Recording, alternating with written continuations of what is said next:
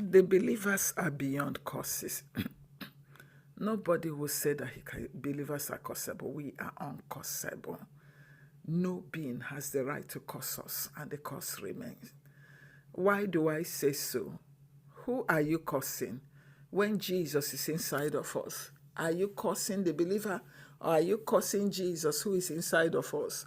When the Bible said the life I live is not mine but Christ's, you're not living your life. So whose life is being cursed? Is it our life or Jesus that is being cursed?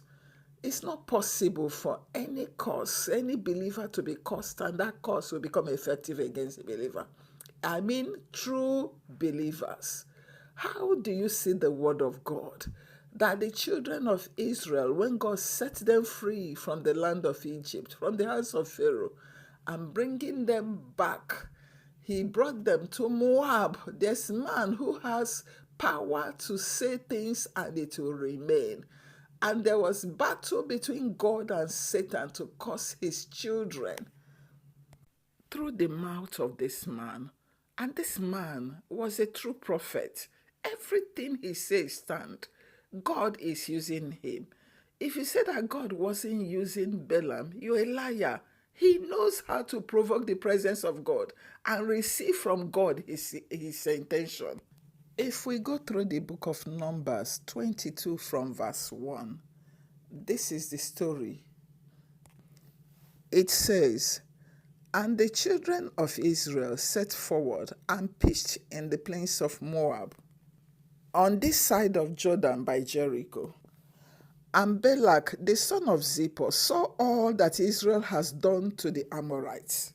And Moab was so afraid of the people, because they were many, and Moab was distressed because of the children of Israel. And Moab said unto the elders of Midian, Now shall this company lick up all that are around about us, as the ox licketh up the grass of the field." And Balak the son of Zippor was king of the Moabites at that time. I'm stopping at verse 4. But take your time to read the whole story. I'm going to talk on this story. This is a pre-action conception or thought in the heart of the king that the king had amongst his people before he took the action of sending people to the prophet called Prophet Balaam. Looking at this reading from verse 1 to 4, you can see the children of God, the Israelites, in their motion from Egypt to their promised land. The land of Moab happened to be one of the cities they will pass through to come to their promised land. On this their journey, some cities resisted them. They say, "You won't pass through our land." And then because God was with them, God dealt with that city, and these children of God passed through the land. And the news of what God was doing amongst them was spreading. They are about to go through the land of Moab. And Moab has heard that they are already pitched by the side of the city. The king of this city did not only hear, the Bible recorded that he has seen what these children of Israel did to the cities they passed through. Bible said that King Balak and the whole of the country of Moab, they were so afraid. The Bible used that word, so afraid, because they don't know how to handle them. They are many. Over 2 million people are about to pass through this place. And this fear distressed them. That means that the fear had a toll on them. In this distress, they had a call. They called their elders together, the elders of Moab, to counsel together, to reason together. What do? We won't deny the fact that these people are strong. We can't contain them. Something has to be done. It is something that man cannot do. We need help from outside. Only us can handle it. Our gods, even when our gods are employed, they may not be able to handle this. Let's seek for spiritual power, higher power. And this is the place a prophet came in. From the council of the elders, after the meeting, voices came up that there was a man called Balaam, a prophet of the Most High God, that anything this man says, stand. Let us get this man, first of all, to come and do a work for us before we can do anything. Let the man come and curse these people so that we are sure we have defeated them spiritually first before we can go for the physical battle. Look at the B part of verse 5 of this Numbers 22 and see the message that Balak, the king of Moab, sent to prophet Balaam. It says, "Behold, there is a people who come out from Egypt. Behold, they cover the face of the earth, and they abide over against me." Look at this statement. They abide over against me. That means they are above me, over and against me. They are against me and they are above me. That's where they are abiding. They are not preparing. They're already seated, waiting for an action.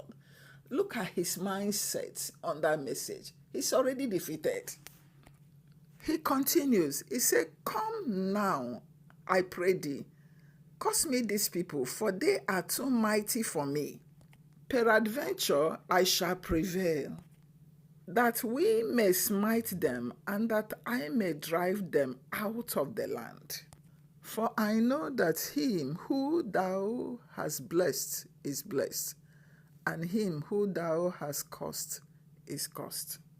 There are so many things to learn from this study. There are so many things to work on this topic. Now, the first thing we have to handle is the issue of the distressing fear. There is a fear, and the Bible recorded this fear as a distressing fear. A distressing fear is a phobia. So many of us currently are going through this type of fear. We are living in this type of fear. And we are helpless in the face of this fear. We have not handled it. We can't handle it. We don't even know where to start on this distressful fear. Our WhatsApp number is online. Please join our group. We need to deal with things that are dealing with us. We need to be free. The power to be free from this has been given unto us. It's not a one-off thing. It's something that when you're dealing with, you're checking. Through dreams, through vision, through sensitivity to your environment, they must give way. Don't do a one-off thing. Please come, join us in prayers. We have to deal with this. What is it that is causing the fear for us? Identify the cause. Every reason, every cause in the Bible has a course of action that you should take as a believer to deal with it. There are some of us who are fighting, everybody fightable, including ourselves. So we are even fighting ourselves. Why? Because of our responses to this fear. Some of us has taken off. We have run away from our places of blessing, abandoned our inheritances because of this fear. That's another stage of our reaction to fear. One stage is to fight. Another one is to flight, take off and run away from it. And that's why some people are given inheritance. You have a place you're staying. God gave you a place of residence. He said, because it is infested by witches and wizards, you're taking off. You're taking off, a child of God. At this stage, there's something I want to say here. If you look at the spheres of your influence, because you can't take off where you're supposed to fight and get that place liberated for you first and for people around you. Some of us are using gadgets here and there. We have our AirPods. When we put on the AirPod and we are listening to some music or some audio from our gadgets, there are areas where if we drop our gadget and go to certain distances, we may not pick up the signal because the sphere of influence of that AirPod has been exceeded. You have to come to the area of influence. The same thing with our remote control. There's a distance we will be when we are watching our telly that the remote control cannot pick up the signal.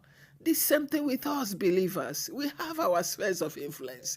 There are areas we must touch. There are areas of our lives that we must influence. Please bear that in mind. God is not giving us a